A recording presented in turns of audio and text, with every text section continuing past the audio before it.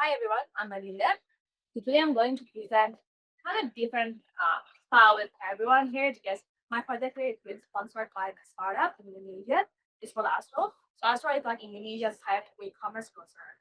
So before we start, if you can imagine, it's like 9 p.m. after work, and then you're going to cook your dinner, you open your grocery app, you want to buy ingredients for your cooking, but what you see in the app is not really relevant to you, not really suitable for your price, not really suitable to your liking. So that's the moment when personalization comes in, right? It's either it can build the trust or like break the trust. So the project asks simple questions how Astro can rewrite and personalize so every recommendations to the users is relevant. So this is like quick background of Astro. So Astro is like a quick commerce based on Indonesia that delivers groceries and daily essentials in 15 minutes via network of Microsoft Norton. Currently, they're operating in Indonesia in Jakarta, the capital city, and the suburb of Jakarta. And in terms of how big Astros are, currently they already received a Series C. And if you go down a little bit, so Astro receive about 30 orders every minute.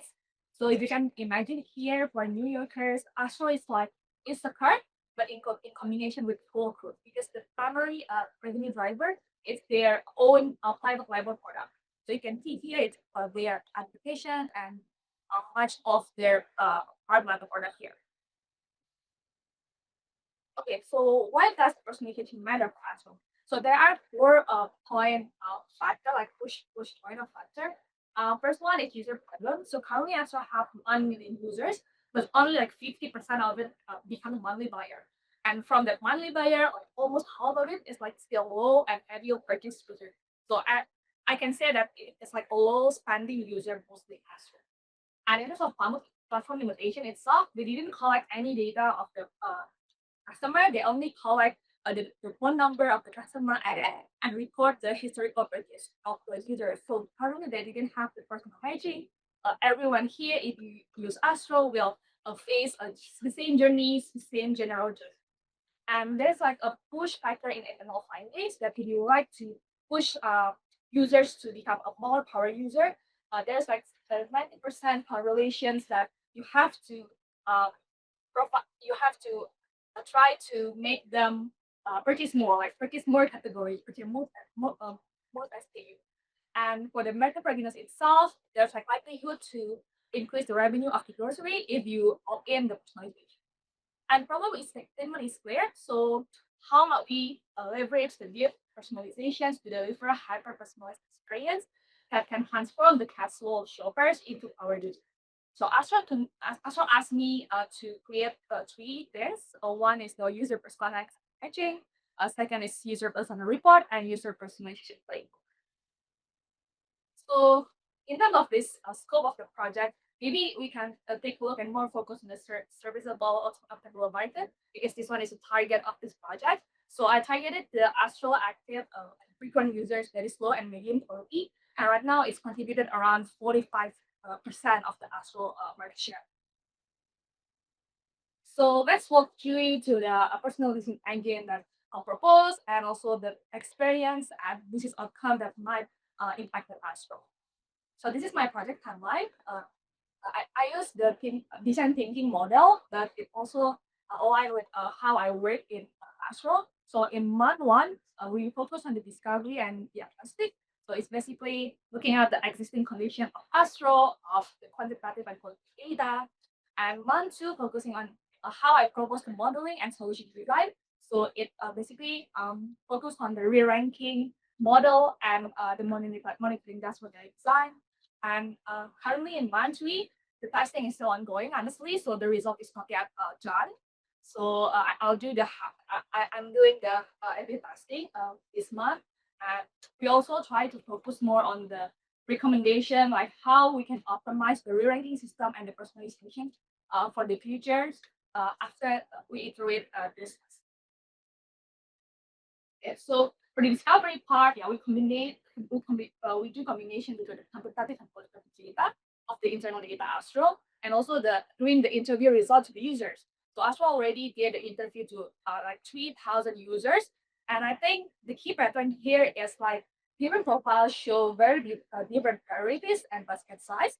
And like women, especially with children, tend to have highest basket size value and buy across the both category more than men.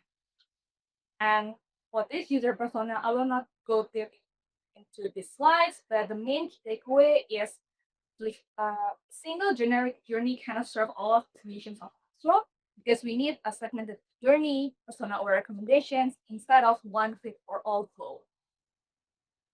Okay, so this is the part of diagnostic for the user journey. So I'll maybe all of the touch point in Astro application right now from the homepage recommendation, add to cart, and cart page recommendations. So what I like to highlight here is that um, across this touch point, the prior recommendation logic mostly relies on doing some search of the users and also the trending items in the application of Astro. So they did not really use the user persona or they didn't really push the cross selling to upgrade the basket size of the user.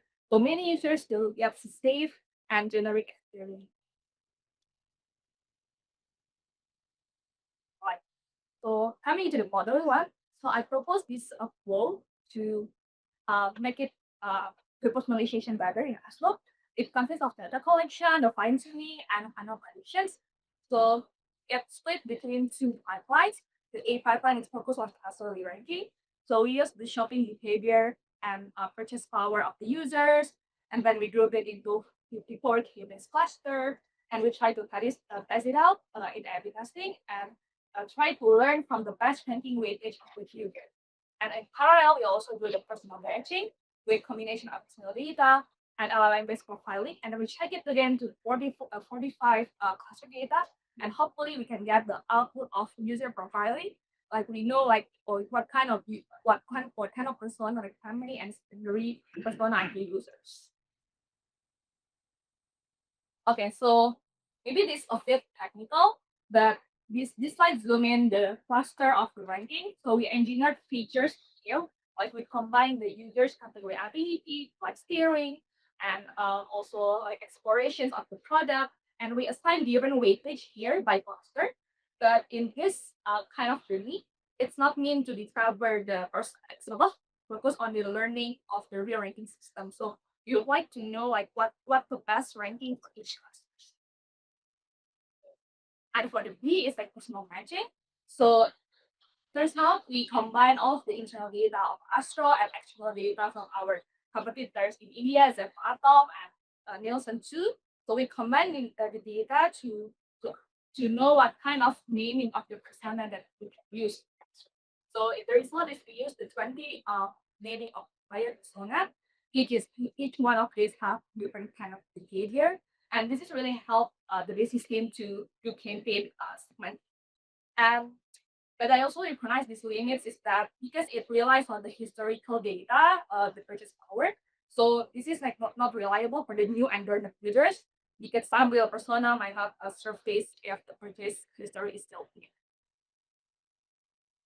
So yeah, before we match all of the two pipeline into one persona, I will show you like how the pricing is going. Okay, so let's imagine that this is like person, a female, 20 years old. She used to be always open Astro to purchase and stock up the staples groceries. And in the current experience in the homepage and in the cart, mostly the recommendation for that is like repeated the same kind of staples product. But with the new ranking system, we keep the staples visible, but also try to add some personal items like another kind of staples and non-staples one. Yeah. So another one is like the monitoring dashboards. We like to make sure that the model that we track can really align with the business plan, with the business impact, and also we're trying to look out for what is the model that really fit with the actual users. Okay, so like I mentioned before, in terms of the testing, currently it's still ongoing, but we currently have like some of the targets here, like what the business target, whether the testing is successful based on the revenue increment, higher consumption, and the movement from low cluster to higher cluster users. Okay, so all right, and the summary is like for the recommendation itself, I would like to propose like more for the next iterations to try to get a seamless experience for selected user persona, and then for the long run for the development, I propose to the product team to have this kind of hands up and then hands down personalization for in-person learning for the reading. Yeah, and basically this is like an internal project, so there's no any other cost like additional cost for it, but I would like to calculate it for this business case, and the ROI is about 9 times. Okay, thank I would just want to mention I educated up. Well, very quick question. Yeah. David, do you have a question? If when this works or when it's implemented, it will drive a lot of value for the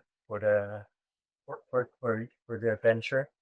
Yeah. Which is great. The presentation was a lot to digest. Yeah, and very technical. I think for Lots us of venture information. investors, okay.